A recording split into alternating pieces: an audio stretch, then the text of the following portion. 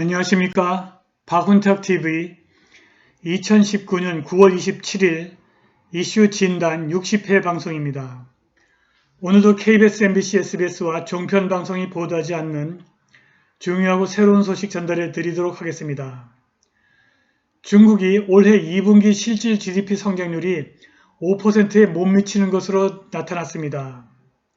그리고 2020년 미국에서 대선이 열리기 전에 중국발 글로벌 경제의 붕괴 가능성이 있습니다. 북경 정부가 2019년 2분기가 끝난 직후에 GDP 성장률을 6.2%를 발표했습니다. 그런데 미국의 중앙은행 연준의 조사에 따르면 2019년 2분기 GDP의 실질 성장률은 5%에 미치지 못하는 것으로 나타났습니다. 그리고 2020년 미국 대선 직전에 중국 금융사가 발행한 달러화 표시 채권이 부도 도미노를 일으킬 것으로 보입니다. 2020년 말에 중국발 글로벌 붕괴 가능성을 배제할 수 없게 되었습니다. 방송 시작하겠습니다. 구독 버튼, 알람벨 버튼, 좋아요 버튼 부탁드리겠습니다. 대부분의 서방 연구기관들은 특히 중국의 공식 GDP 통계를 전혀 믿지 않습니다. 올해 2분기가 끝난 직후 북경 정부가 2분기 GDP 수치를 즉각 발표했는데 서방의 분석기관들은 이것이 조작된 것이라고 믿고 있습니다. 지방정부 관료들은 중앙에서 내려온 성장률 쿼터를 맞추느라고 고생을 많이 합니다. 중국의 GDP 통계는 예외 없이 상향으로 과장된 것입니다. 그래서 미국의 중앙은행 연준이 중국이 GDP 수치를 꾸미고 있는가 라는 제목의 논문을 냈습니다. 무역 파트너의 데이터를 근거로 중국의 실질 경제 활동을 찾아낸 것입니다. 중국에도 실질 GDP를 측정하는 리커창 지수라고 하는 대안 측정치가 있습니다. 이것은 2007년 현직 총리 리커창이 만든 대안적인 중국 GDP 측정치인데 이것은 주로 전력 소비, 기차 화물 물동량, 그리고 대출 규모로 GDP 규모를 산출합니다. 여기에 리커창 총리는 다른 모든 수치를 더하는데 북경 정부의 공식 GDP 수치를 참고로 사용합니다. 다른 중국의 GDP 측정치는 인공위성으로 측정한 빛 방출량을 사용하기도 합니다. 그런데 이런 측정치는 측정에 일관성이 없어서 비판을 받고 있습니다. 그런데 중국 밖에서 중국의 GDP 성장률을 측정하는 신뢰할 만한 또 다른 측정치가 있습니다. 대부분의 국가에서 수입이 GDP 성장과 통계적으로 유의한 상관관계를 갖고 있습니다. 그런데 중국의 수입 데이터를 확보하는 것은 매우 어렵습니다. 그런데 부역 상대국의 대중국 수출 데이터를 통해서 중국의 수입 데이터를 역으로 추적할 수는 있습니다. 그리고 이러한 데이터는 상당히 정확하고 신뢰할 수 있는 것입니다. 왜냐하면 모든 국가들이 수출입 물동량에 관세를 부과하기 위해서 정확한 수치를 산출하기 때문입니다.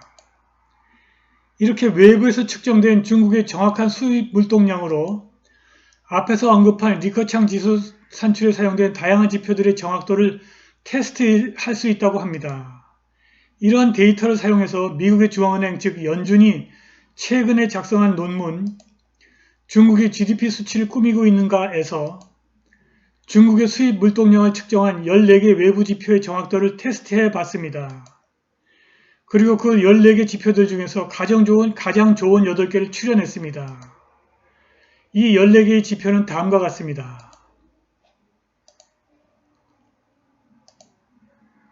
이 14개 지표 electricity, 전기 사용량, 레일, 철도, railway freight traffic, 철도를 사용하는 화물 물동량입니다. 랜드, 대출, 은행 대출, property, 부동산 개발, 에어 패신저는 항공기를 실어나르는 여객수, 엑스포트, 수출, 컨슈머 인덱스, 소비자 기대 심리, 플로어 스페이스는 사업장의 그 공간을 얘기하는 겁니다. 로 머티리얼, 원자재, 리테일은 소매 판매, 인더스트리얼 프로덕션, 산업 생산, 하이웨이, 고속도로로 수송되는 물동량, 거버먼트 레비뉴, 정부 수입, FAI는 Fixed Asset Investment, 고정자산 투자 이 14개 항목을 다 조사를 해서 이들 갖다 다시 도표로 그래프로 만들었습니다. 이렇게 14개 지표들 다 그래프로 만들었습니다. 이 14개 지표들 중에서 가장 강력한 것, 약한 것은 빼고 가장 강력한 것 8개를 추려냈습니다. 이 14개 지표들 중에서 가장 미약한 것은 소매 판매와 그리고 고정자산 투자입니다. 연준이 이 14개 지표들 중에서 가장 좋은 8개를 사용해서 전반적인 중국의 GDP 성장률을 측정했고 이것을 중국의 경기순환 활동 추적 China Cycle Activity Tracker CCAT이라고 불렀습니다. 그런데 2011년부터 중국의 공식 그리고 실질 GDP 성장률은 모두 추세적으로 하락했습니다. 2015년부터는 CCAT 측정치가 중국의 공식 GDP 성장률 측정치보다 크게 낮았습니다. 공식 GDP 데이터가 CCAT보다 과장되었으나 하락 추세는 정확하게 잡았습니다. 이제 중국의 공식 GDP 데이터와 미국 연준이 산출한 중국의 실질 GDP 데이터를 비교해 보도록 하겠습니다.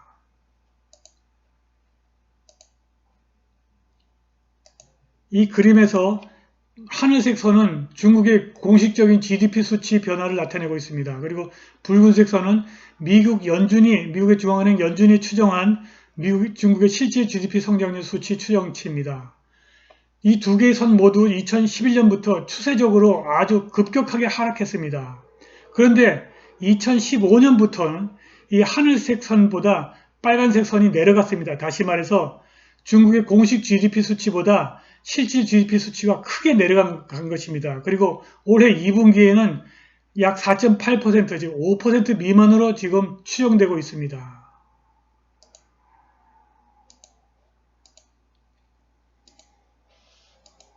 그런데 블룸버그 통신이 2020년 되면 2020년 그러니까 내년이죠. 내년에 중국 채권 시장이 붕괴할 수 있다는 경고를 했습니다.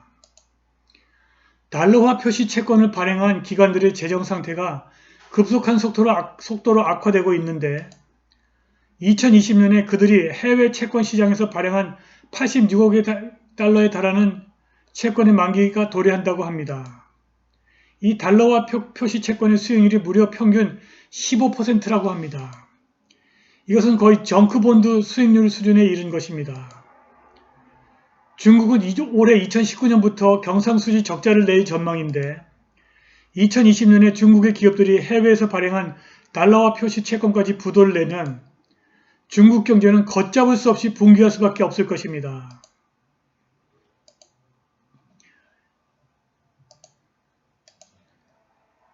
(40% of China's offshore bonds from stressed issuers) 재정적으로 압박을 받고 있는 발행자들이 발행한 China's offshore bond, 해외에서 발행한 달러화 표시 채권의 40%가 due in 2020년에 만기 도래한다고 합니다. 이게 다 이 중에 절반가량의 부도가 나면은 2021년에 이게 다 부도가 날 수 있습니다.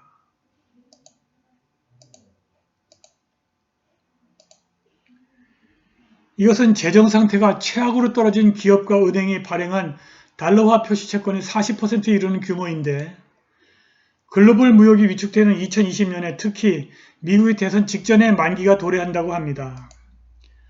고정소득을 전문으로 취급하는 홍콩에 있는 SC 로위의 대표 마이클 로위에 따르면 우리는 대대적인 눈덩이 효과에 직면해 있다고 합니다. 채권 부도가 고수익 채권에서 유동성이 대대적으로 빠져나가게 만들고 이것이 채권 수익률을 더 치솟게 만들어서 기업의 자금 압박을 극대화한다는 것입니다. 가오탱 글로벌 에셋 매니지먼트사의 원희추 고정소득 관리자에 따르면 부도 위기에 몰린 달러화 표시 채권은 대부분 글로벌 경제의 팽창기 2017년부터 2018년 사이에 발행된 것이라고 합니다.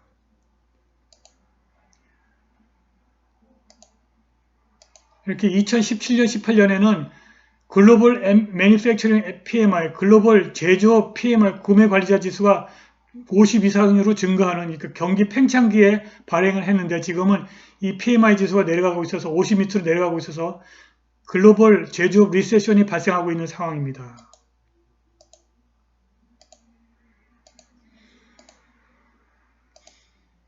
추는 내년에 이들 달러화 표시 채권을 발행한 채무자들이 상당한 스트레스를 받을 것이라고 경고했습니다. 모건 스탠리는 내년에 글로벌 채권 시장 붕괴에 대비해서 위험한 기업의 채권 보유고를 상당히 덜어냈습니다. 그리고 지난달 8월에는 아시아의 고수익률 채권에 투자하는 펀드에서 자금의 순유출이 있었습니다. 블룸버그 통신이 내년에 채권 부도를 낼 가능성이 있는 대출 기간을 명시했습니다. 와이다 차이나 홀딩스, 태우 그룹 코퍼레이션, 패킹 유니버시티 파운드 그룹, 오션 와이드 홀딩스 이 4개입니다. 블룸버그는 내년에 달러화 표시 채권 부도를 낼 가능성이 있는 위의 4개 기관들 중에서 절반은 부동산 회사라고 합니다. 중국에서 아직도 부동산 가격 폭락과 부동산 붕괴가 발생하지 않는 이유는 단지 북경 정부가 아파트 매매를 막고 있기 때문인데 부동산 관련 금융사들이 채권 부도를 내버리면 부동산 붕괴가 불가피할 것입니다. MS 리서치 창은 고수익률 달러화 표시 채권을 발행한 중국의 기관들이 내년에 부도를 낼 가능성이 매우 높다고 경고했습니다. 홍콩에 있는 MS의 아시아 신용전략팀장 켈빈 팽이 지난 8월에 고객들에게 위의 4개 기업들의 채권 만기가 너무 짧아서 부도를 낼 위험이 매우 높다고 말했습니다. 중국의 기업들은 신용조건이 조금만 나빠져서 그러니까 이자율이 조금만 올라도 부도를 낼 상황에 몰렸는데 2020년도에는 글로벌 무역 리세션이 발생할 것입니다. 내년에는 글로벌 경제의 모든 시선이 중국의 이 어렴풋한 달러화 부채 장성에 내몰릴 것입니다. 오늘 이 방송에서 언급한 중국 경제 전문가들은 입을 모아서 내년 2020년에 중국발 글로벌 금융위기가 올 가능성이 높다고 말하고 있습니다. 오늘 방송은 여기까지입니다. 감사합니다.